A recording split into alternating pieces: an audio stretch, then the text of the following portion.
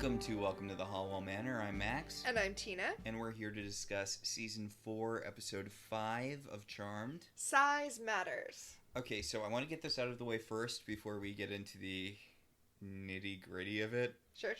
But this is a really good episode of Charmed. It is. It's really well done. The horror is horrific. Yeah, and you don't normally think of Charmed as a horror show, although it arguably is supposed to be a horror show. I mean, they're witches, they're fighting demons. These are horror things, but normally Charmed's really on the more campy side of things. And Charmed isn't horror. Charmed is like urban fantasy, like fantasy that takes place in the modern day. Yeah. Although all the other examples of urban fantasy that I can think of are way more horrific than Charmed, like True Blood or Dresden Files. All more with the horror than Charmed. Yeah, you don't think of Charmed as a horror show, but this premise is really, really creepy, and it totally works. It's not characteristic of Charmed.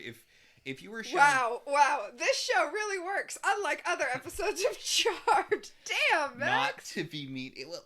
It's different than other episodes of Charmed. Yes, that's true.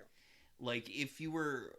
I know I've brought this up before, but when I'm introducing someone to Buffy, I show them Gingerbread. Not because it's the best episode of Buffy, but because it stands alone well, and it sort of gives you the feel of what Buffy is. I feel like if you don't like Gingerbread, you're probably not going to like Buffy, even though there are a lot of episodes that are better than Gingerbread.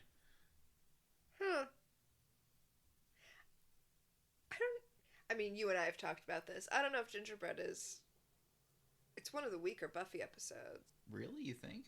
Not weak like Beer Bad is weak. Just weak like it's not one of the top tier ones. And when we're talking about Buffy, you've got, like, so many top tier ones that are indicative of the show. It's a mid-range episode. Okay, we can get... Well, yeah, that's why I feel like it's a good starter thing. It's to gauge someone's interest in the show as a whole. I feel like it's tonally an incredibly Buffy show. Okay, well, so now I have to ask... Mm-hmm. People have to assume when you're showing them an episode of a show that you want to get them into that you're picking out one of the best ones. So you're showing them an episode that you say is a mid-level episode, but they're like grading it on a curve and they're assuming this is one of the best episodes of Buffy. So they'll be pleasantly surprised if they're into it enough to keep watching the show. I would do the first Ethan Rayne episode. The Halloween one? Yeah, where they all turn into their costumes? Yeah, see, the thing about that is, like... It's a really good episode, don't get me wrong. It's like one of the best episodes of season 2. But like it doesn't set you for the tone of the show. Really? That feels... No. Oh, because Buffy is like the... Buffy's the damsel in distress. Xander's soldier guy. Like, it's not a typical episode of Buffy. You don't get a real feel for the characters because... They're all someone else. Yeah. Except for Cordelia. Except for Willow. See, it's a good episode. It is a good episode. That's not what I'm arguing. I'm just saying, like, if you're going to show some... That's why, like, I legitimately think Hush might be the best episode of Buffy, if not definitely top 3. But... We have definitely had this discussion. Yes, on air, too, I think. Yes. But, like... And out of the top 3 episodes of Buffy, I think Hush is the best to show someone for the first time. Now, are we just assuming it's a given that the top 3 best episodes are Hush, Once More with Feeling, and The Body? Yes. Yes, you are correct that Hush is the best one of those 3 to show. Yeah, but it's also atypical of Buffy because Buffy's a very dialogue-heavy episode, and the subversive thing about the episode is that no one can talk. Right. Charmed. I'm sorry. We haven't even touched on the thing that I feel like we kind of need to touch on before actually getting into the episode. What is that? Okay. This will seem like another tangent, but I promise I'm tying it in. There is an episode of Late Futurama in which Leela and Amy start taking, like, butterfly woman steroids so that they can do this thing called butterfly wrestling, where they turn into these, like, super buff butterfly women and then wrestle in midair with other super buff butterfly women. Mm-hmm. And also something happens with Fry, so he starts secreting a pheromone that makes them both have sex with him over and over and over again. Yep. And that episode is the one I point to when I'm like, that is somebody successfully getting their fetish past a writing room. Okay, that is an episode you point to for that. That comes up a lot, especially in Charmed, which you and I talk about on a regular basis for you know, Yeah. semi regularly. I feel like you talk about that episode of Futurama more than anyone else, including the person who wrote it. But you are correct. You're not wrong. It's clearly someone's fetish. It's just so funny how much that like it's like a sand and an oyster with you. You're just turning that episode into a pearl. It's so clear, and it's not like there are I mean, look at Charmed, for example. There are shows which, by the way, I knew practically going into this season that when Paige shows up is really when the more fetishy bits of Charmed start. I didn't realize how headfirst we rush into this, because this is a horrifying episode, but it's also something I could see a lot of people having DeviantArt accounts about. Wait, what? You think that people have like weird fetishes about shrinking women down to miniature size and then like coating them in clay? Doubtful. Sounds doubtful. And we're not judging. We are a positive podcast. We're not judging anyone whose thing it is to shrink women down and cover them in clay. As long as it's all done consensually. Yes. But the thing is, it works as a horror concept in this episode. Yes. Like, this is a gimmick you could see a demon having, but also I'm pretty sure that someone was into something and they were like, hey, I'm writing for a witch show. I can just plausible deniability my way into having my fetish filmed for me. Okay, now this episode was written by Nell Scoville, creator of Sabrina the Teenage Witch. Are you calling her out as having this fetish? Not necessarily. Like, I'm sure every episode of Charmed was written by multiple right, people. Of course. They all go through the writer's room. That's true. But not necessarily. And also sometimes stories for the season are broken ahead of time and then assigned to different writers. So that's also a possibility. Yeah. But I would not be surprised if there were some 90s Sabrina episodes in which There are. I'm thinking about now how many times people get shrunk in Sabrina. The only one I can think of offhand is the one where she's trapped in the toy chest. But I know there are more. Oh, I was thinking the one with her cousin who shrinks people and then traps them in jars. So there are at least 2! Plus there's that thing with her mom getting turned into a ball of clay if she ever sees her. You know, Sabrina the Teenage Witch, I was going to say how weird it is that Nell Scoville wrote this very horrific episode when she's known for the bright, shiny Sabrina as opposed to the chilling adventures of Sabrina on Netflix. But there's a lot of horror behind that bright, shiny in a lot of those episodes. Well, and this is something that will legitimately come up, A, kind of in this episode, and B, later in Charmed, but there's an episode where Sabrina uses Mando to create a perfect boyfriend who only lives for 24 hours, and he realizes that he has only 24 hours to live and starts flipping out because he's very aware of his own imminent demise. Yep. But yeah, a lot of this episode feels like it might be out of someone's DeviantArt account. They're the whole shrinking women and then coating them in clay. And let's not overlook, I feel like we should at least mention, we will talk about the episode itself at some point, I promise. We should talk a little bit about The Collector. The John Fowles novel. The John Fowles novel, which, even if you haven't read, you've kind of read. It's been referenced a lot. It's about this young man who gets obsessed with this woman, ends up kidnapping her, keeps her in his basement until she dies. If that sounds familiar from, say, the TV show You... Or the episode of Sweet Valley High where Elizabeth gets kidnapped. Yeah, like a lot of people have referenced this story. And I'm not saying that this was a super original idea. Men have been kidnapping women and keeping them in basements for... God, that's a depressing sentence. What's one of the things that's really horrifying about The Collector is that he wins a lottery. Like, not a you never need to work again amount of money, but like a significant amount of money.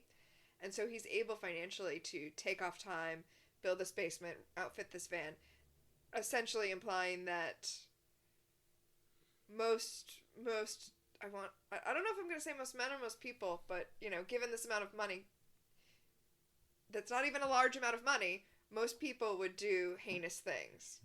Which I don't actually believe. I think it's kind of a Lord of the Flies situation. Yeah. It's like, wait, is that how people act when they're taken out of society? Or is that how British schoolboys from the upper classes behave when they're taken out of society. Wasn't that kind of supposed to be the point of the novel? I mean, I know a lot of people read it as man is inhumane to man at its base level, but I feel like that might have been a critique of a specific British class structure. Yeah. Did that guy ever teach the guy who wrote that book? Because that might just be I was a middle school teacher for a few years. And oh my god, when I taught middle school, I happened to be teaching middle school when I watched Battle Royale, and I was like, yep, kids are ravenous murder machines. It's accurate. Speaking of ravenous murder machines, Piper. So Piper is at the club, and she is taking around this new club promoter she's brought on to revamp the club. Yep, he's gonna make P3 a hot and happening spot. Now, he's a club promoter. He is a club promoter. And she has given him carte blanche to do whatever he wants with the club. Because he's the hottest club promoter in town. Yes, he is in charge now. And then later she starts referring to him as a manager, that's not what managers do. Well, I mean, remember, she worked at Quake where her job was... Like, maybe Piper just doesn't know how jobs work. Yeah. Well, I mean, the Charmed staff clearly doesn't know how restaurant jobs work. Oh, I'm excited for us to get to the Ask Phoebe years, where Phoebe, as the newspaper's advice columnist, is basically second in position to the editor of the newspaper. Also, I'm excited to get to that too, just to preview that a little bit. There seems to be some weird implication that she's obligated to answer every letter that comes in. She's like, oh my god, I've got like 100 letters, I'm so behind. No, Phoebe, just pick the best one.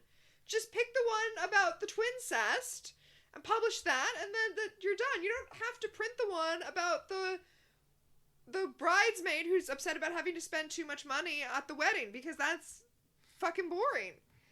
And by the way, when I said twincest, I am in fact referencing the very famous Dear Prudence twincest letter.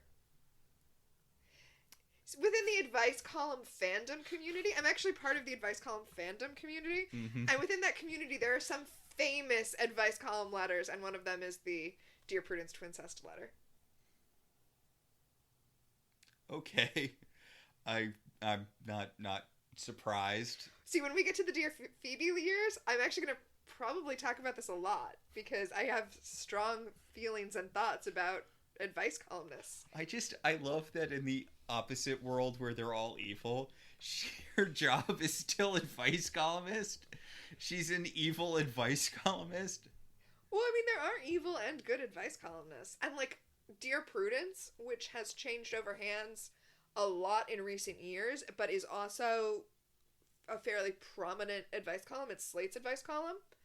As a result, there are people who have strong feelings about certain advice givers. You know, there are some people who are like very pro or anti Emily Yoffe versus very pro or anti Danny Lavery. Like, it's a thing. It's a thing. So Piper is... negotiating's probably too strong a word. She is just letting this guy do whatever he wants to her club. Which, by the way, he says feels too safe. And you know what, Max? I definitely want to feel like my life is in danger when I go out dancing at night.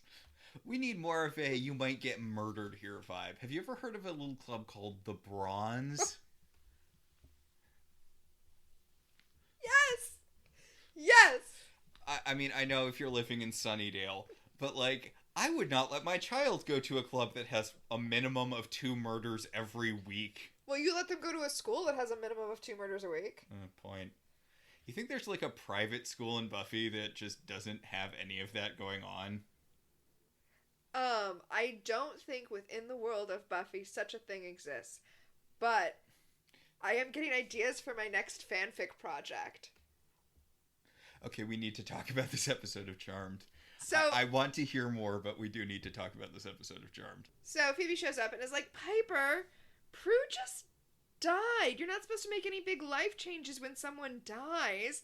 And Piper's like, okay, well, we're going to have the big life change of being evicted from our house because... we're no longer getting the $200,000 a year Prue was making as a freelance photographer. I'm sorry, staff photographer for some magazine. Speaking of people on Charmed not knowing what jobs are... Yeah, Phoebe's like, well, I could find a job, and Piper's like, are you going to be able to find an entry-level $200,000 a year job like Prue got as a photographer for a fashion magazine? Her first... It wasn't a fashion magazine. It was like an alt weekly. This would be like saying someone at the Portland Mercury doing staff photography work made $200,000 a year. I mean, but she was worth it. You saw that amazing picture she took of Amy Adams, who was unlucky despite being Irish. The, like, vengeful passport photo? Like, the photo that a really, really angry worker at the passport office took of her?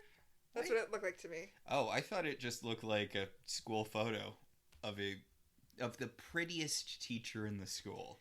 Ooh. Like, the really poor quality school photo that the girl in town gets plastered up when the pretty girl in town goes missing. God, yes. So Phoebe's like, yeah, I can get a job. I just graduated college, which was such an underbaked subplot, it barely factored into the show at all. Well, because Charmed, they're allergic to any sort of continuing story element that might provide fodder for stories, yeah. Yeah. Oh, auction house? Filled with weird antiquities? I think not. Oh, Phoebe working as a police psychic, which I know with police and all, but like it's a good story. Or a hotel psychic? Or a hotel. That could have been cool. Yeah.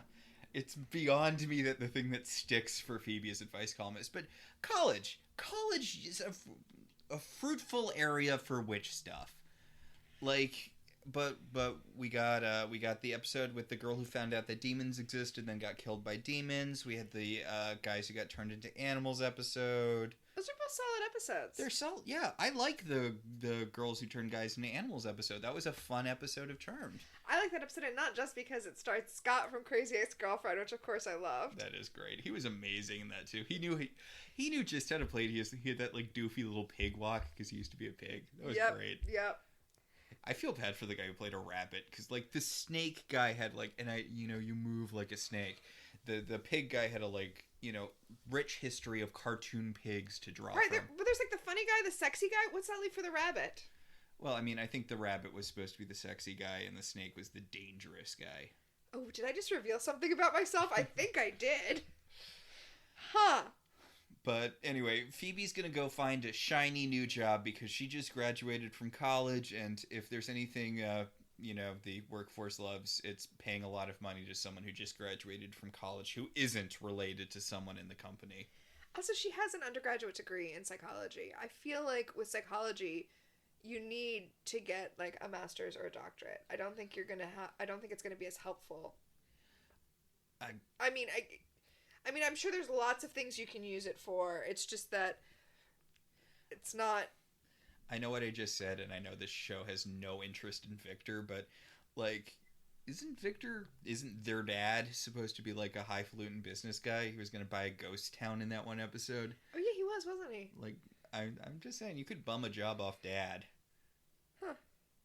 But they don't care about Victor until Piper has kids and they need someone to take care of them, so, child labor laws.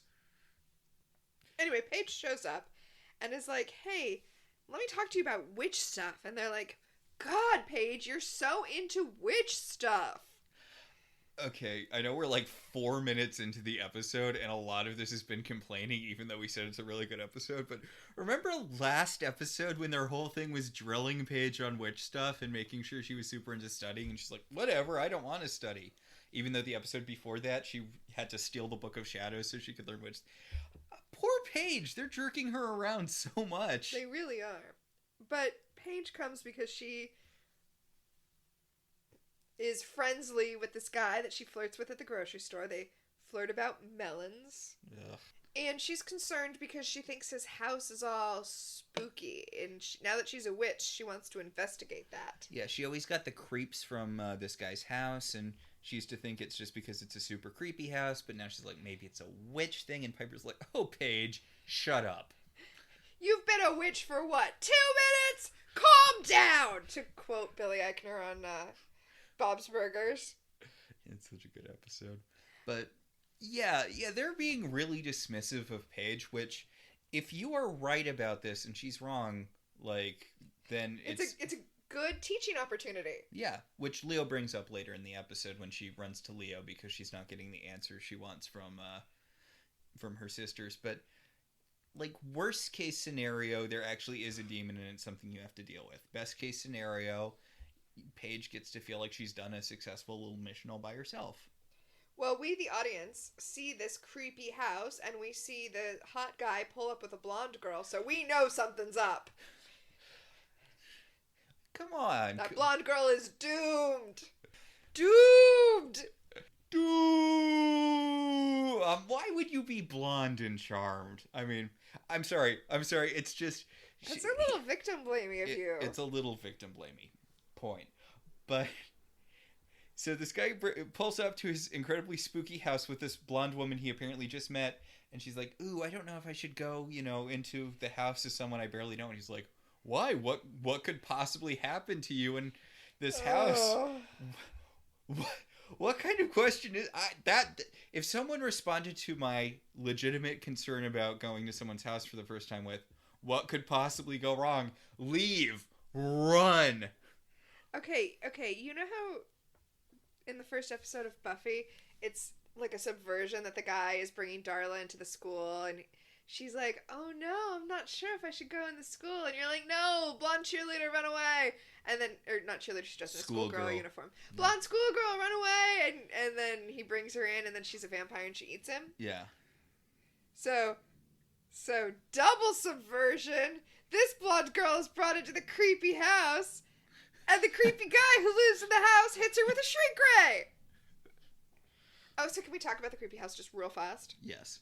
I feel like this would be stronger if the house did not look like a haunted house from, like, a B movie. Yes. If it didn't look like the Bates Motel in the front, not the Bates Motel itself, but the house on the hill where Norm and his mother live. If it didn't look like that, then it would be more interesting that it pinged on Paige's witch radar. But you know who else thinks this house is creepy?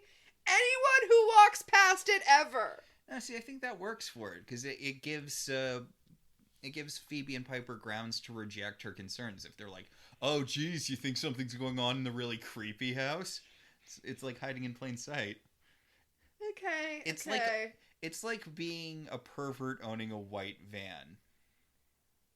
So, actually, the thing about panel vans, those are called panel vans, is that they're everywhere. You don't realize it until you start looking for them, but they are everywhere. So you actually do hide really well in a panel van. Yeah, that's that.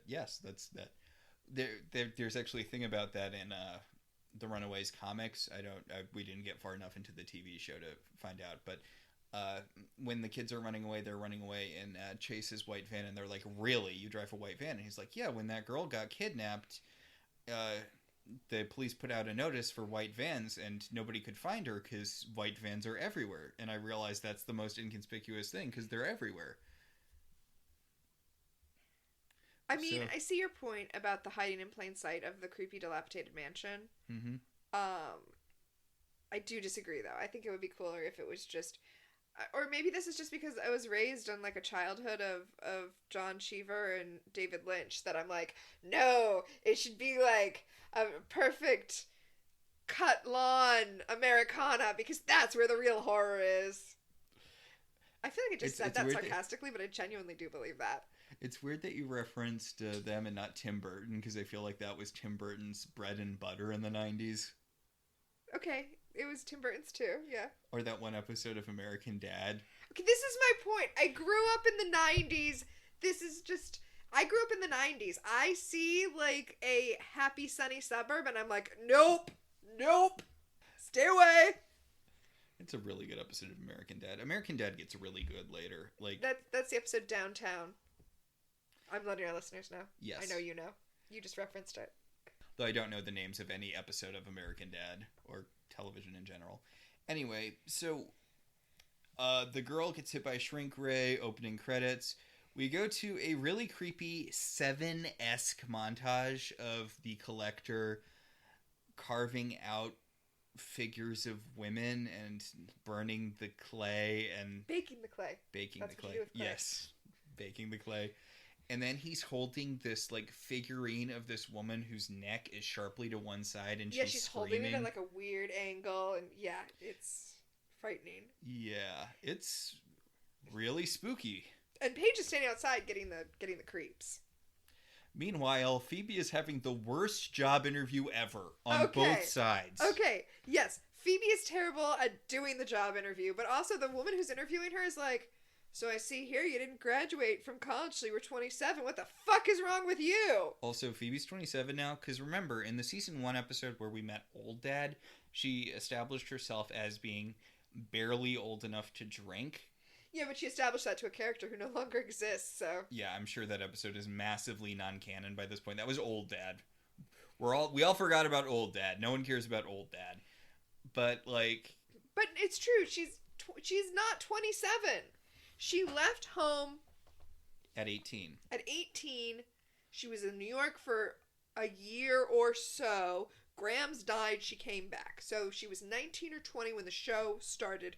We are on season 4. She cannot possibly be past 25.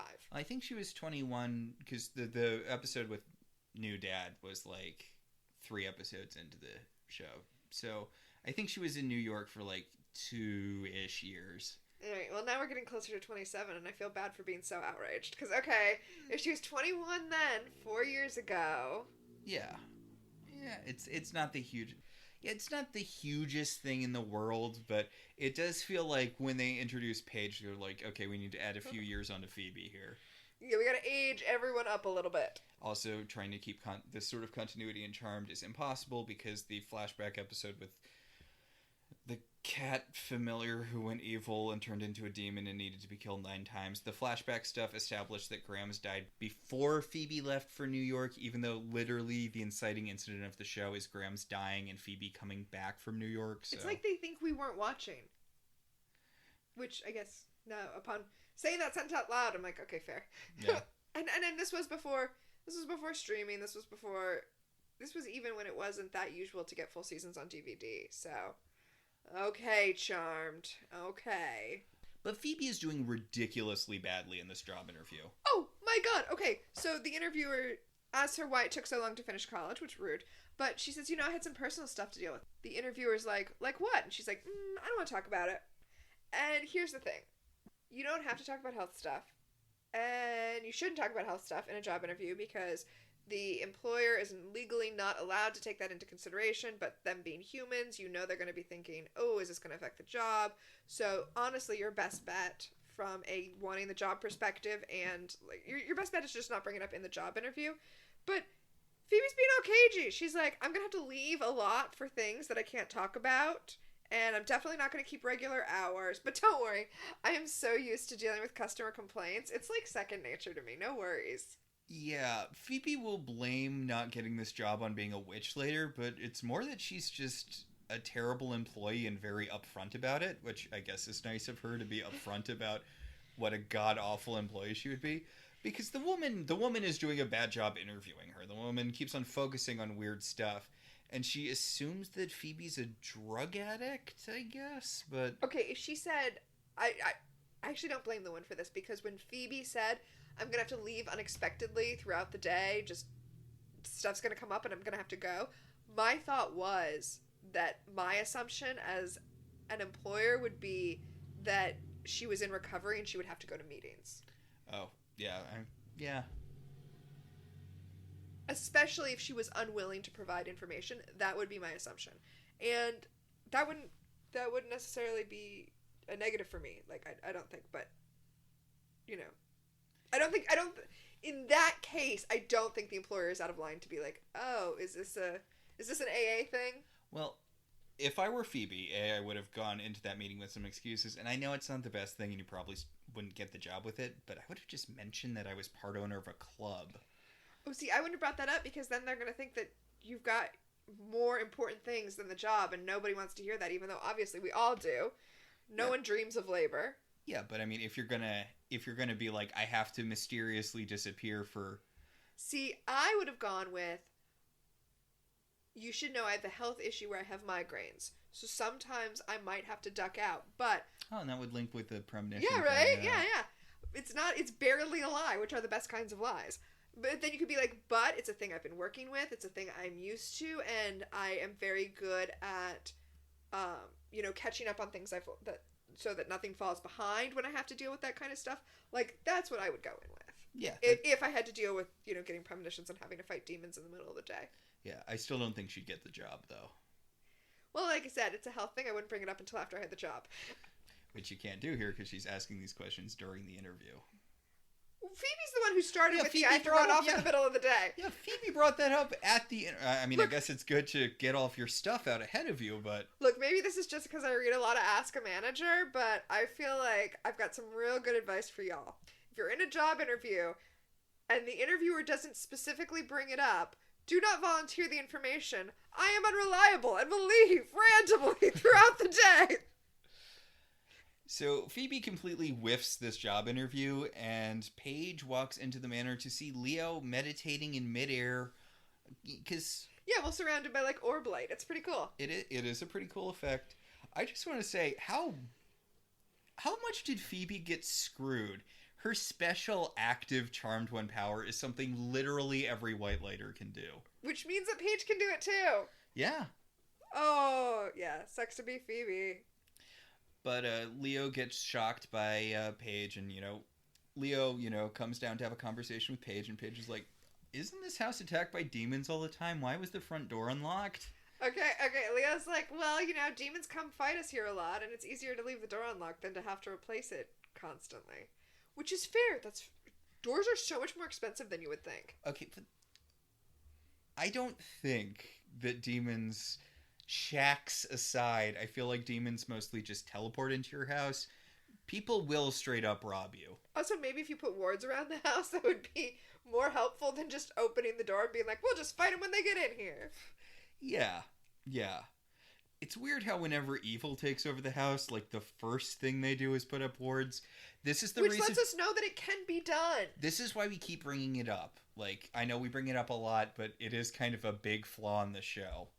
That demons can literally just come into the house whenever. So, I mean, the real reason, right, is that nobody wants to build another set. So if all of the fighting happens here in the foyer of the Charmed Manor, then nobody ever has to build, wherever they go to face down the demons. So Paige is talking to Leo about maybe getting special permission to do her own solo mission where she investigates the house, and Leo encourages her because, it'll be good for her. Like, it's a good idea. It's good that Paige is being proactive about witch stuff, especially after last episode.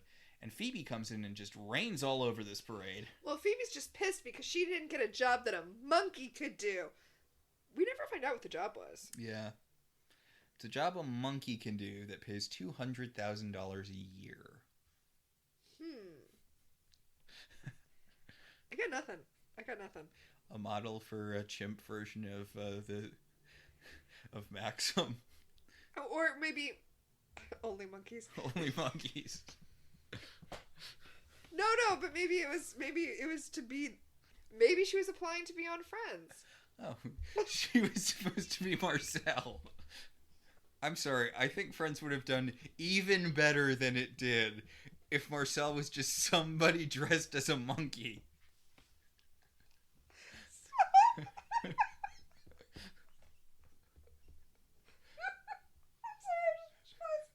No. Not anybody dressed as a monkey. Alyssa Milano. I don't know why that's... Okay, go ahead. So Phoebe pulls Leo to the side and she's like, so do you really think Paige is onto something? And Leo's like, no, but it's good. It'll give her some confidence. And Phoebe's like, fine, I guess I'll just do it myself. And Leo's like, that's not, no. It's the opposite. It's the opposite of what he said to do. She's just so irritated because Paige is like, well, I gotta go back to work. And Phoebe's like, oh, rub it in. So she's going to investigate the house instead of letting Paige do it herself, which, okay, fine, whatever. Anyway, back at the club, the club promoter, whose name, by the way, is Treat. You think he's an alternate universe version of Mr. Trick? No, I think he's an alternate universe version of Sweet. Or rather, like, he's in he's in some sort of organization with Sweet. Sweet being the one from Once More with Feeling who makes them all sing until they internally combust. And Mr. Trick is the little bad of season 3 of Buffy. Unless you count Faith as the little bad, which I don't think you should. Faith is the dragon, which is a different role, even though they often overlap. Mr. Trick did set up Slayerfest 98. Yeah, he's basically the big bad for the first part of the season. I was thinking he's basically a promoter. Oh, yes. Yeah, plus wasn't he responsible for the that he was responsible for, but it was when he started working for the mayor, the band candy thing. Trick and Treat Club promotion. Yes. Okay, but my point is, I think that that was a good night for the bronze band candy. Yes. But my point is that even though this guy is a human and we see nothing indicating that he's not a human, he's definitely a demon and he's doing this to fuck with Piper. Yeah, he's gonna make P3 all sexy. There's gonna be sexy women in sexy outfits. And there's gauze everywhere. He's renaming it The Spot. Yeah. Because P3 sounds like a airport parking level, so it's much better that it sounds like a... venereal disease? Oh, haven't you heard he's got the spot? Don't sleep with Mitch. He's got the spot. Also, he's making all of the women wear, like, crop tops with, like, sparkly things on it that say the spot, and I don't like it. I'm not... To be fair, Piper doesn't like it either. Piper's like, this is a dumb, gross thing, but we need money, so whatever. Yeah. It's just, I know I'm not the kind of person that this club is aimed at. I'm not the kind of person who would go to this kind of club.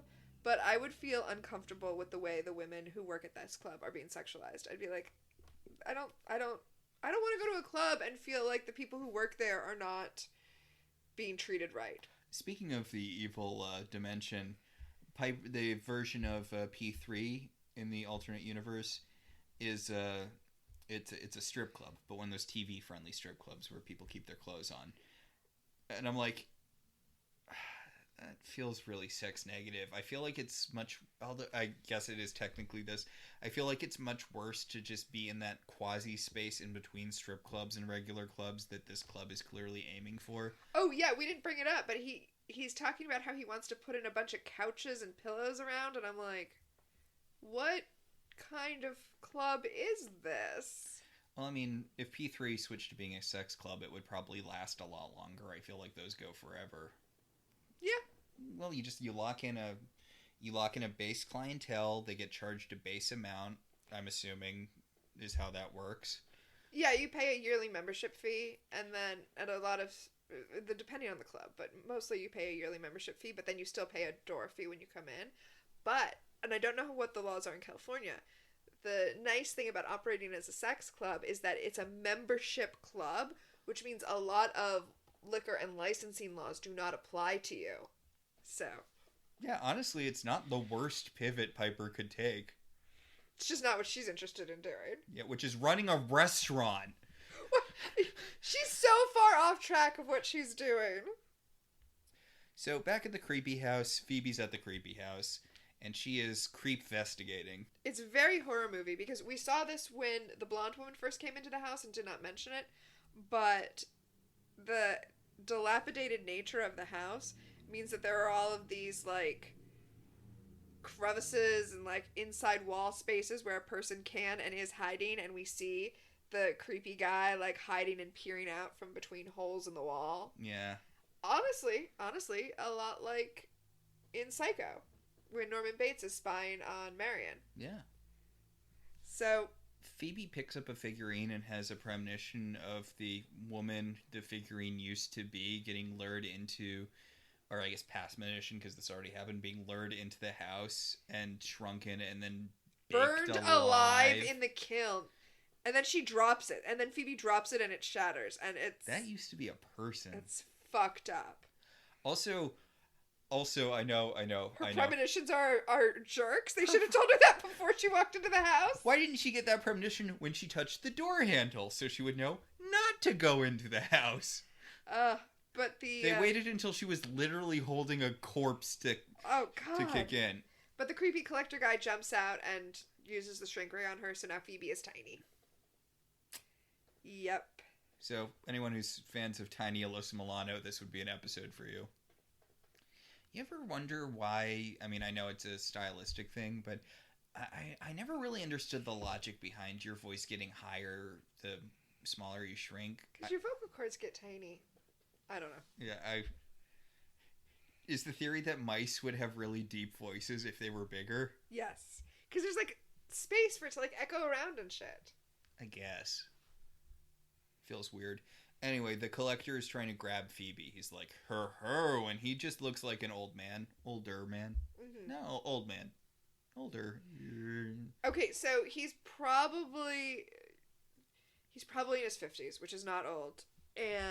But he is given the aspect of an old man. Yeah, he walks carefully. He has like a tattered bathrobe, like yeah. Yeah, he exudes old energy.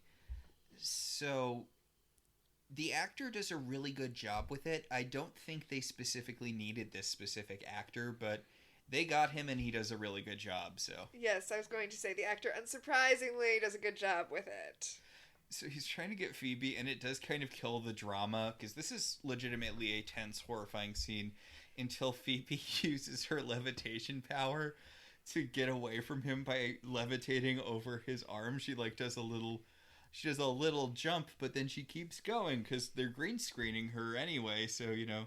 I would say that what ruins the tense atmosphere is that he picks up a shop vac to capture her, and she says, "Oh, this sucks." Boo. Sucks. Boo. So Leo orbs Paige into P3 because Paige can't orb on her own yet. And Paige is like, I don't think I'll ever get used to this orbing thing. And I was going to be like, it's weird that you said that in front of a room full of people, but I guess nobody's paying attention to them. Leo orbed them into a room full of people, so I guess we just don't care about people finding out about magic now. Paige also points out, wow, they're really destroying your club, Piper. It looks like shit now. And Piper's like, yes, thank you. I know. What's up? And, okay. Leo tells Piper that Phoebe has just disappeared off his radar. It's like she became super tiny and now he can't find her. And I'm sorry. Bullshit. Your white lighter radar is based on, like, size. In fact, she's so tiny that when she's calling out to him for help, he can't hear her calling for help. Bullshit. There's no way it works like that. Also, he's like emotional. Like, he feels the emotions of his charges. Hey, tiny people have tiny emotions, Max. Didn't you know that? Jesus Christ. So Piper's like, Jesus Christ, Paige. How much more can you fuck up? And Paige was, sad face in the corner. Yeah, I do appreciate, though, that she, says that they weren't listening to her, so she went to Leo. And what else was she supposed to do? And Piper does acknowledge, okay, as a witch, it was the right thing to do. As a sister, super annoying. Good distinction. Good distinction. All right, so we're still doing the Sebastian the Crab and the French chef guy from the Little Mermaid scene with Phoebe and the Collector. And the Collector's like, oh, a charmed one? You're more unique than other women. You'll be the prize of my collection. But then the hot guy shows up. I don't know how much sympathy we're supposed to have for this character. Spoiler alert, he's a golem, which I really don't love. Well, I wish they just hadn't used the word golem, because that's, by the way, not what he is. A golem is specifically a creature from Jewish folklore that is created to protect Jewish people. Like, this is a homunculus. This is a creature who is designed and imbued with life by a wizard to do his bidding. Those are completely different things, and one of them doesn't have a lot of cultural baggage attached to it. Yeah. Like, I don't love it. I don't think there's ever a canonically Jewish character in Charmed, so it feels weird to have them, although we're going to have a lot to talk about Charmed borrowing from other cultures later in the show. Mm-hmm.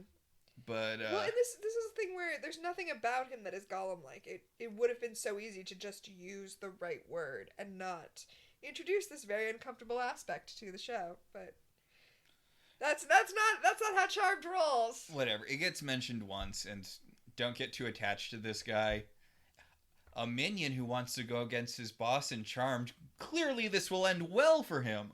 Also, it's a little late in the game to be like, hey dude, I think maybe baking women into little clay figurines is fucked up.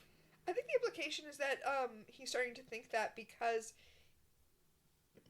he's starting to develop a relationship with Paige just from seeing her around. Like, all of these other women he didn't have a relationship with, so it didn't occur to him to think of them as humans, which makes sense because he himself is not a human. He's just a creature that exists to serve the collector, so why would he think of anyone else as being different? But the more he gets to know Paige, the more he's like, oh wait, this is bad. So I really like this bit between Piper and Paige. They drive up to the house, and Piper's trying to get Paige to stay in the car, and Paige is like, no, I need witch experience. If I'm going to be able to protect myself, I need to learn how to protect myself. And Piper's like, I want you to learn how to protect yourself, but I need to protect you now while you're vulnerable. There's a kind of give and take here where, like, Paige wants to experience dangerous situations so that she can learn how to handle them, and Piper wants to protect Paige until she is able to handle dangerous situations. Yeah, meanwhile, Paige wants to protect Phoebe because she feels like she put Phoebe into this situation. Which she did not. That is 100% on Phoebe. Yep. And Piper wants to protect Paige. They come up with the plan that Paige is going to go lure out the hot guy so that Leo and Piper can go investigate the house. So she's going to lure out the hot guy and bring him over to the spot. And, you know, last week we said that she never does that lollipop thing again. She pulls out a lollipop, though, and sticks it in her mouth and specifically says that it's for seducing. Like, she's going to suck on that lollipop in order to seduce. Hey, does this remind you of anything phallus-like? You know what's weird? Rose McGowan's character does that in Jawbreaker. Yeah. It's one of the, like, more memorable scenes from Jawbreaker. I bet that's why it showed up in Charmed. Probably. So, Leo and Piper talk for a little bit in the car about Piper's new role as the eldest sister.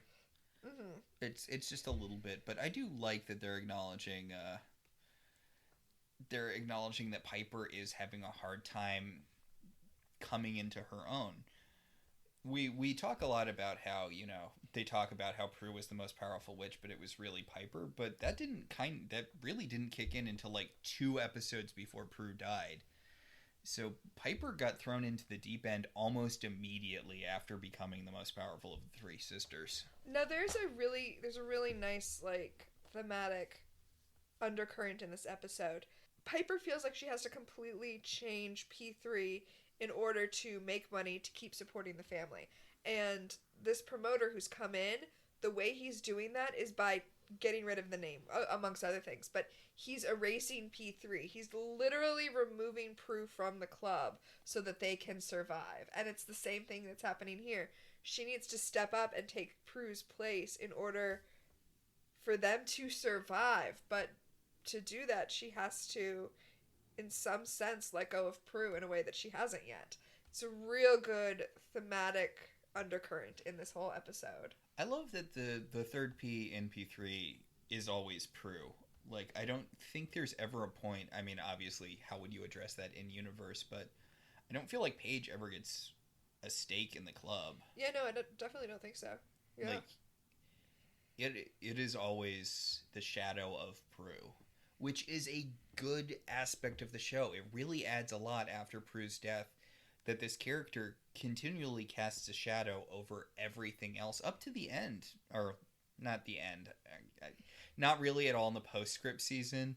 But the fake the end. The fake the end, where literally the thing they use to defeat Zanku, but the thing that they use to defeat him is Prue's astral projection. Mm-hmm. Like, they tap into her power to stop the ultimate big bad until the next ultimate big bad. The guy who was so bad that the source himself sealed him away. Anyway, Phoebe does the... Phoebe levitates up onto the table to the blonde woman. Who is encased in rapidly drying clay. Phoebe kicks it, which I feel like is kind of a huge gamble, but it's fine. Wait, why is it a gamble? I don't know. I feel like it might get stuck to her skin and... There's nothing magical about the clay. The clay is just regular clay. Yeah, but I wouldn't assume that. I guess that's true. But anyway, she does. She kicks it, she shatters it, and she's like, "Oh, you're blonde. Oof, never mind." Because she's like, Don't worry, I'm here to save you." Breaks the clay. Ooh, no. Not really. They run off together. Yeah. And then we get a scene where the Hawkeye is talking to the Collector, and he says, I just realized what we're doing is super wrong. And the Collector says, "Where did you get a conscience? I never gave you one." And then he captures the girls in a coffee can. Yeah, like instantly. Even before, actually, that happened before Hot Guy came in. Like they got like 2 feet away before he was like, "You're tiny, I'm big." Coffee can. Yeah.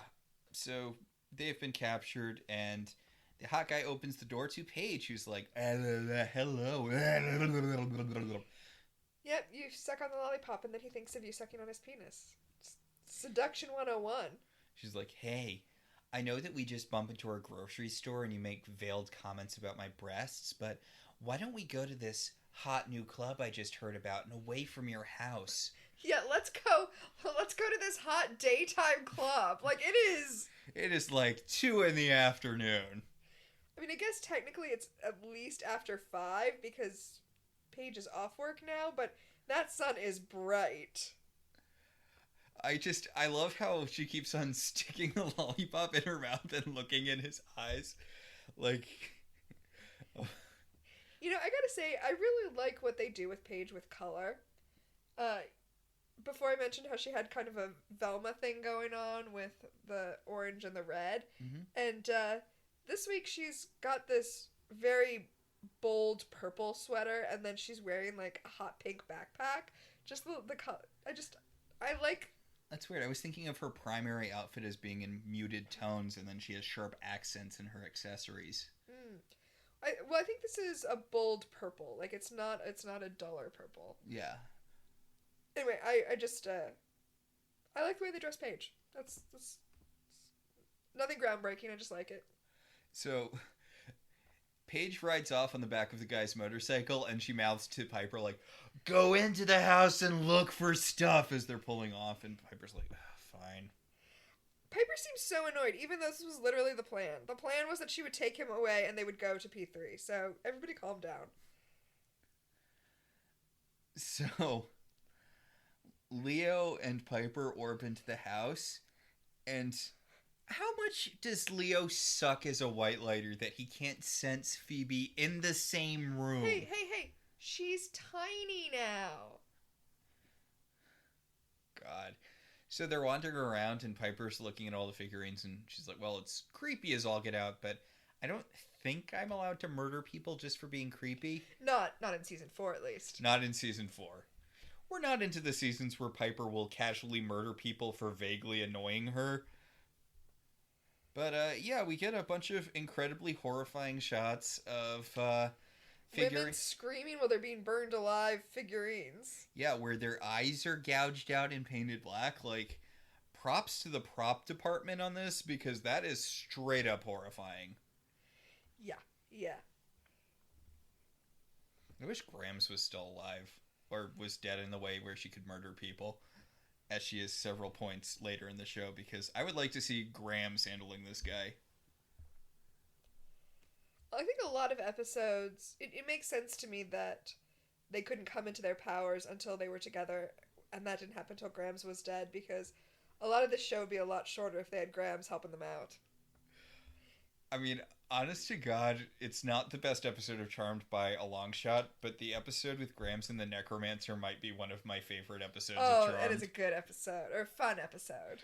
The bit where she kills him and he wakes up in his lair again because he's a necromancer, and he's talking about like how brutal she is whenever she murders him, and he's like, "Oh my God, it's so hot." I love that episode. It's like Gwyneth Paltrow's first husband or dad or something. He was the prince in or the duke in The Princess Bride. Or maybe it's a Sarandon, maybe Chris Sarandon. We'll get there, whatever. But I love that actor. So... Piper Piper and Leo decide they're going to orb back to the manor, and... They just leave Phoebe and that blonde lady. That blonde lady's like, your sister and brother-in-law totally just left us to die. Which they did. It's weird that Piper didn't find this guy when she was on her scrying for evil kick, but... Well, I guess there's a lot of evil going on. Yeah, there's a lot of evil in San Francisco. And he only kills, like, one woman every 2 weeks. That's low on the demon end. Probably not even that. I mean, he probably kills less than one a month, given the size of the collection and how long we know he's been at it. But, yep, looks like Phoebe and this blonde woman are totally screwed. Yep. Bye, Phoebe. No more Phoebe. Oh, it turns out our mom actually had another daughter. Or maybe we can just pull that girl from that episode. Aviva. God. I like Paige, but it would have been really cool to bring Aviva back as the new 4th Halliwell. Yes. So, when we come back from commercial, Phoebe and the blonde girl are now encased in clay. Uh-oh. And they're, like, talking through the clay, and... Phoebe's like, okay, now that we're, like, in clay, I'm just gonna act like it's a mud bath and think about a way to get us out of here. I'm gonna focus on getting us out of here. And then she's like, man, today sucks. I had this terrible job interview this morning, and the blonde woman's like, seriously, I have to listen to this, and then I have to die. Can you just not? Yeah. Oh, I had a bad job interview. Really, that's the worst thing that happened to you today. Well, if that's the worst thing that happens to you today. Back at the manor, Piper and Leo find the entry for the collector, who has the... He has a demon name, but he's also known as the Collector, because that's what we're cribbing from. Let's be right on the nose with this. What's weird is that the Book of Shadows doesn't indicate that the figurines are humans, and Piper's like, so what? It's a creepy hobby, but so what? Like, I feel like the Book of Shadows left out a very important piece of information. Maybe Grimm's was aware of him but didn't know about the ladies thing, and she's just like, hey, okay, so look, there's this totally creepy demon guy who's, like, really into figurines. Avoid him. But, yeah, he used to be young and hot, but now he's not anymore. And Piper's like, but wait a second, we saw him looking all young and hot. Right, because they never saw old Collector, they just saw the hot Golem, who... I now, our 4th time through this episode, I'm only just now realizing was almost certainly designed to look like the Collector before he was cursed by a witch to be ugly and mean. Yeah, he's not fine. He's fine looking. He's just like in his 50s and kind of creepy, which is a vibe a lot of people are into. I'm sure. Anyway, I am only just now realizing that Finn was obviously made to... Oh, the Golem's name is Finn. That the hot guy was clearly made to look like him younger. Like, that's what he wanted. Although, why would you want that? Like... Why would you want a reminder of how hot you used to be? Right? So, Paige is having a shockingly frank discussion with Finn about... So, what's with the whole shrinking women and turning them into figurines or whatever? And he's like, oh, you know about that. Yeah, it's not me, it's my, I want to say dad. That's probably not the right word for it, but... My dad, creator, boss guy. And she's like, what's going on here? And he's like, hey, I feel like the best way to tell you what's going on here is to take your hand and shove it into my pants. Yes. Which I feel like there are better ways of demonstrating that you are a golem than shoving a woman's hand down your pants so she can feel that you're, I guess, smooth like a Ken doll. No, it said he doesn't have a belly button. Well, why does she need to shove her hand down her... Why does he need to shove her hand down his pants for that? You could just lift up your shirt like he does later in the episode. I don't know. Well, I mean, I do know. I know exactly why. Anyway, Piper and Leo are at P3. And it's too sexy now. I mean, to be fair, these women are dancing on the bar tops. That's not... The health department's going to shut them down. And then, oh my god, and then the bouncer tries to stop Piper from getting in because she's not cool enough to come in. And I do like that she's like, I get that you see me and you think, oh, this woman's not important enough to come in. Well, guess what? And that's a good feeling to be able to do. Yeah, she's like, I am the most important person in the goddamn universe, and I am 3 seconds away from atomizing you. And then, not Sweet, Treat. Treat comes over and he's like, no, it's cool, she can come in. And Piper's like, I've got a lot of murder energy right now. You really don't want to, And then she looks over and Leo is grinding up on like 3 different women on the dance floor. I think the women are supposed to be grinding up on Leo, but yeah. Leo's horny. Or people are being horny at Leo. Leo exudes horniness. Not to blame Leo. Also, he mentions that there are people physically having sex at another point in the club, so I don't know. So suddenly Leo's worried about people seeing them orb, so they duck behind one of the sex couches where a couple is having sex, and they orb from behind the couch to Paige's apartment because she's left P3 and brought the guy back to her apartment. Oh, she's left the spot. Oh, I'm sorry, yeah, she left the spot. And, oh my god, I can't even with what happens when they get to her apartment. Okay, so Finn has taken his shirt off and Paige is crouched in front of him so it looks like she's performing oral sex on him. And Piper's like, Paige, how dare you have oral sex with someone who might be a demon? Oh, yeah, like you're one to talk.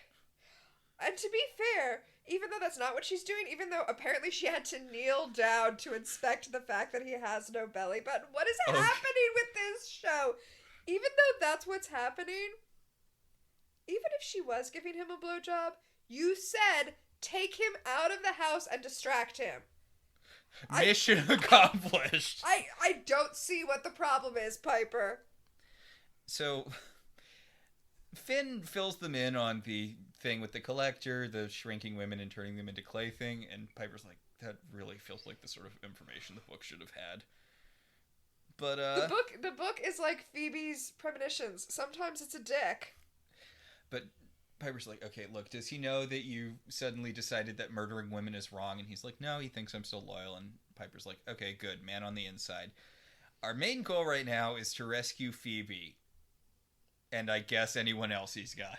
And then at the very bottom, like way, way low priority is help you get free. Yeah. So I like that Paige takes time to point out that Piper's club sucks now.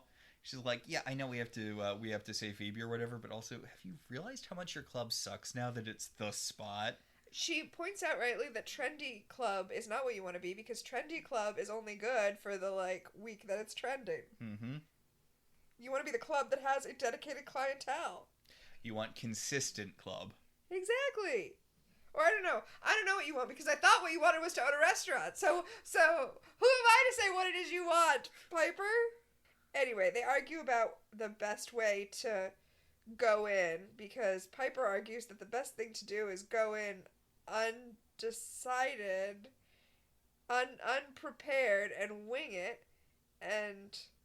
Okay, I like that Paige is like, look, we can either do your plan or my plan, although I feel like they're functionally pretty similar. But you can do your plan or my plan. Why don't we just flip a coin? And then she flips it and she calls it, and by calling it, she orbs it. That is cool. Yeah. She orbs the coin over because it lands on heads, and she calls tails and orbs it over. So they go back to the manor to get prepared because Paige rigged the coin toss to decide that they should prepare. Yeah, although it turns out maybe they should have gone with Piper because the collector is waiting for them at the manor and shrinks them. Yeah, he shatters Riley. No, Finn. I'm sorry. I went to Riley because Riley Finn, but yes, he shatters Finn and shrinks Piper and Paige. So it didn't matter that instead of just charging in with no plan, they went home to make a plan. In fact, they would have been better off charging in with no plan because he's not there. Yeah. He's really lucky it took Piper longer to respond than it normally does, because Piper just watches him shatter the golem guy and then gets shrunk before she gets the chance to blow him up. Well, Phoebe wasn't there to shout, "Freeze him, Piper!" So she had no idea what to do. Also, Paige's instinctive orbing chose a bad time to not kick in. Yep.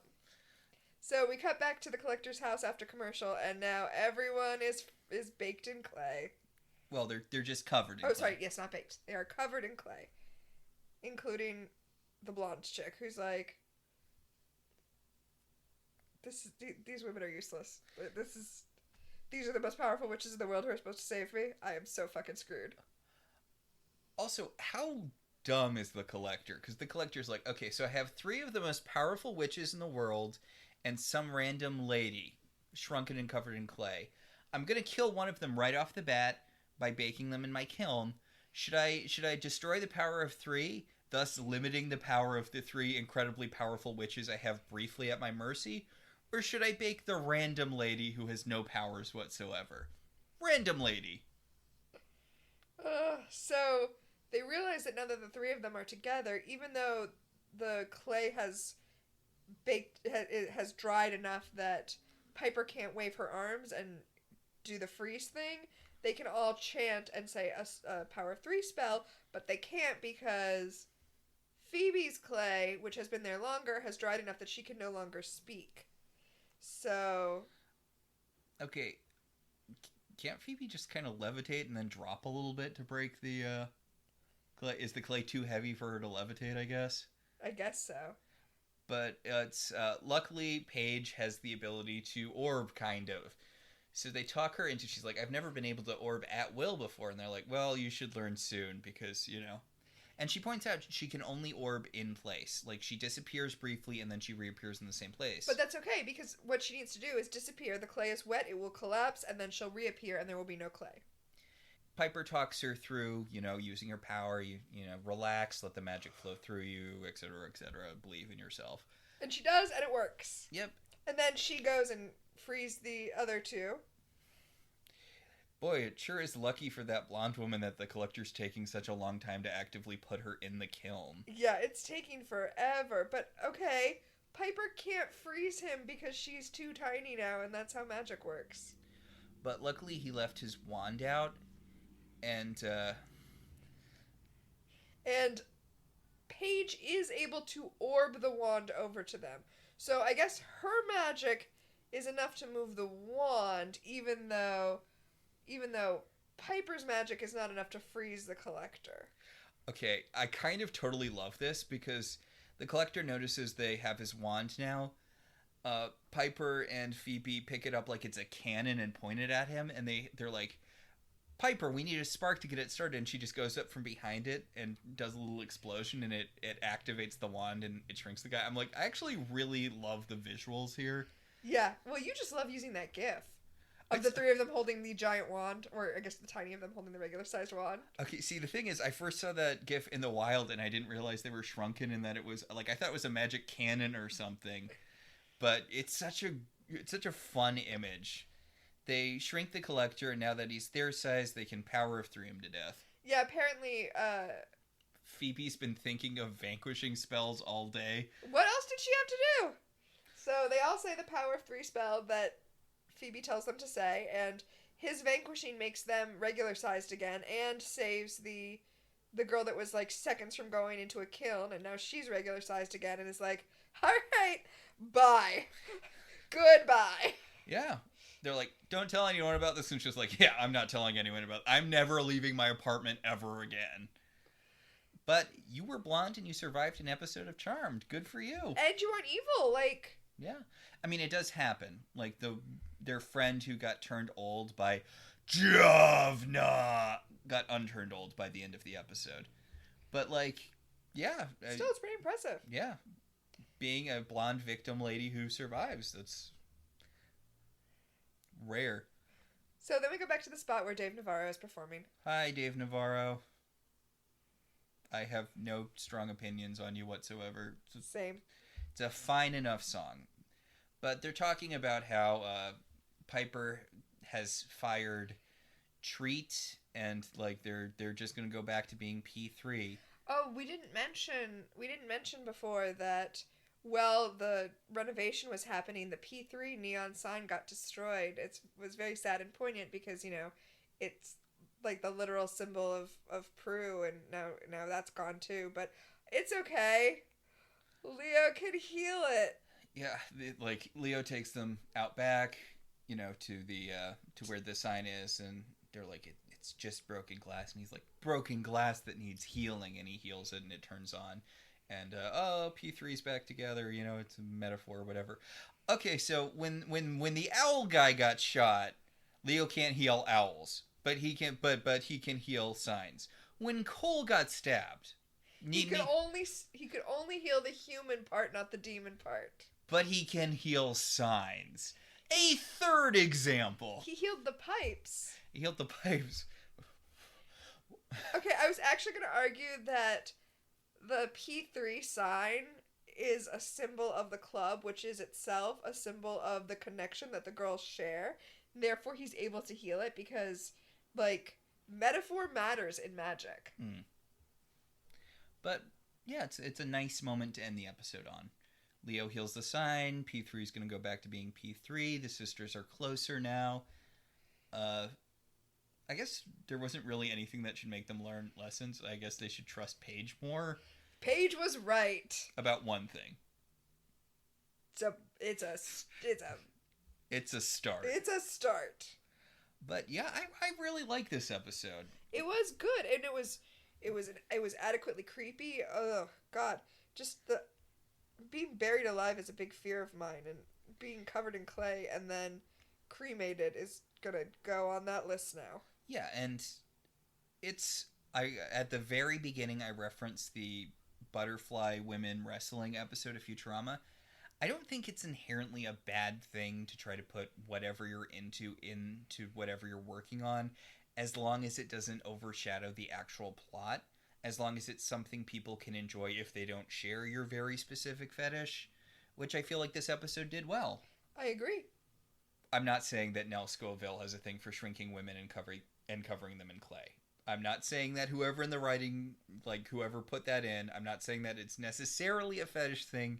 It just really feels like one. It's, what's that quote? It's about pornography, I think. Like, you know it when you see it. It's about obscenity. Yeah. You can't define it, but you know it when you see it. Yeah. So I think that brings us to our segments. I believe that does take us to our segments. Much like the Charmed ones, we have our own power of three. The first power in our pack is Premonition, where we look into the past, present, and future and see who is, was, or will become famous. We got a big one for this episode. Yeah, well, so the Collector, you might also recognize from his guest starring role on Bones as Temperance Brennan's old high school janitor that, like, was her only friend when she was in high school. Yeah, I think that is really the main thing people would know. It's Robert Englund. He was Freddy Krueger. That's the thing we were working around there. Which, given that he was Freddy Krueger, how creepy is it that he was the janitor who is friends with Temperance Brennan? Oh, okay. So, in Bones, they're specifically leaning on his Freddy Krueger legacy. Like, he is Freddy Krueger. Ugh. Except without the... child molesting? Yes. And, I mean, I feel like... and presumably murdering and dream sorcering. Presumably. I feel like that this show was also leading on his, like, creepy cachet. But you know what? No, I think the script, like you said when we mentioned it, I think the script stood on its own even without the power of Robert Englund, which, I mean, he provides a very good scare factor. Well, he does such a good job, and the thing is, they don't play him as a Freddy Krueger-esque figure. He's not cracking jokes, he's not doing any of the Freddy things, which I appreciate, because later in the show, that's not how they handle guest stars at all. It's all references to whatever thing the actor's from. Like, in this, they just let him be a different, but still incredibly creepy character. Yeah. So, Premonition? Robert Englund, Freddy Krueger. You know who this man is. And also, we need to let Nightmare on Elm Street go because he's kind of the only person who can be Freddy Krueger. Like, you can do Jason movies forever. Like, you can change out Jason actors as much as you want. Freddy Krueger is Robert Englund. You can't play that with a different actor. It's like when a really good sports star retires and then you retire their number. It's like, oh, no one can be... I don't know sports. No one can be number 69 anymore. No one can be Brett Bird. Who? Sorry, I don't know sports either. Something Bird, wasn't there? Larry Bird. I think I conflated him with Brett Favre. I don't know God. sports. Oh my They're God. too very. They don't even play the same game. Larry Bird's basketball and Brett Favre is a football. Football. They're not even from the same decades. Anyway, the point is the way you retire jersey numbers in sports, certain roles should be retired, and Freddy Krueger should be retired. It should be just belong to Robert Englund. Yeah, like they tried doing a reboot with a different actor, and it just did not work. Yeah. What's our next power? Our next power is time freeze. What specifically dates this episode? I really didn't have anything for it. This feels like a relatively timeless episode. Yeah, it does. Yeah, I didn't have a time freeze this episode either. It's the horror. It's a horror that it is a timeless horror. Yeah, I was gonna say a collector reference, but as we mentioned earlier in the show You, which I know is based off of a series of books, but let's be real, the show You is basically just the collector. We've only seen season 1, but season 1 tells a really good complete story, so I feel like maybe you don't need to watch the next 2 seasons. I actually watched the first half of season 2, and I was like, it's not season 1. Yeah. It's a different story. I'm not into it. Yeah, no. Kidnapping women and covering them with clay after miniaturizing them and then baking them into figurines knows no decade. Which will bring us to our final segment, telekinesis. What, if anything, genuinely moved you this episode? Well, Piper's torment about losing Prue by losing P3. Like, by changing P3 and then losing her connection to Prue. Like, we kind of skipped over it in those scenes because the stuff that's happening is so ridiculous from a script standpoint, but the emotion of giving up this connection to her sister who has died is strong and is there. Okay, I can definitely see that. I do agree that is. But mine is a little different. Mine is the conversation that Paige and Piper have in the car about how involved Paige should be in the rescue attempt, because I do really like how much they're trying to figure out their new dynamics. Yeah. Paige as both a witch and as part of a larger family, and Piper readjusting her role within that established family unit. I do really like that, and I do like the give and take between, I want to do this so I can learn how to protect myself, and I don't want you to do this until you know how to protect yourself. Yeah. But this is a genuinely well-written episode. Like, there's a lot of really good stuff here. The weakest thing is the Phoebe plot, and that's barely in it, so.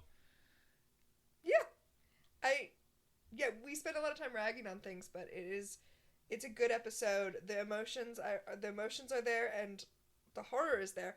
I think this is a through line in our podcasts, whether they be about Once Upon a Time, Charmed, or Farscape, that if a show really, really wants to bring it on any given week, they just need to nail the horror. It's true, yeah. So, do we have any surprise powers? Perhaps a brand new surprise power we've never had before? We do indeed. Much like the Charmed ones, our powers grow in time, and our most recent expansion is Explosion. What blew apart continuity this episode? What? Time explosion. Yeah, Phoebe's whole interview, right? Like, how old is Phoebe? How old is Phoebe? Yes, exactly. How old is Phoebe? What happened there? So, yeah, and I know this is a little thing, but it will get worse as time goes on. Which I get. There wasn't really as much of a thing about needing continuity to flow in this time period. In fact, to be fair, you don't want continuity because you want people to be able to drop into any episode and kind of pick up what's going on. So in this fairness is not to Charmed. Yeah, this is not a judgmental show. We're just pointing it out that this is weird continuity. I mean, I would like to know how old Phoebe is. Yes. That is the kind of continuity I would enjoy. But okay, whatever. It's especially going to be important in the later seasons where she's like, I have to have a baby right now because I'm like 29, and if I don't have a baby by the time I'm 30, I'll be summarily executed or something. Okay, we'll get into that when we get into that. But yeah. So I think that's it for this week. Yeah, I believe that'll about do it. Our show is partially listener supported. If you want to be one of those supporters, you should head over to our website, www.welcometotelevision.net, and click on our Patreon link. We'd like to thank our current $5 and above patrons, Beryl, Patricia, Rosa, Ryan, Maricruz, Benjamin, Kate, Jen, and Dan. If you'd like to support the show in other ways, you could always rate and review us on Apple Podcasts. It helps other people find the show. We can also be contacted at ilovetelevisionzines@gmail or at ilovetvzines on Twitter. So until next time, I'm Max. And I'm Tina. And this has been Welcome to the Halliwell Manor.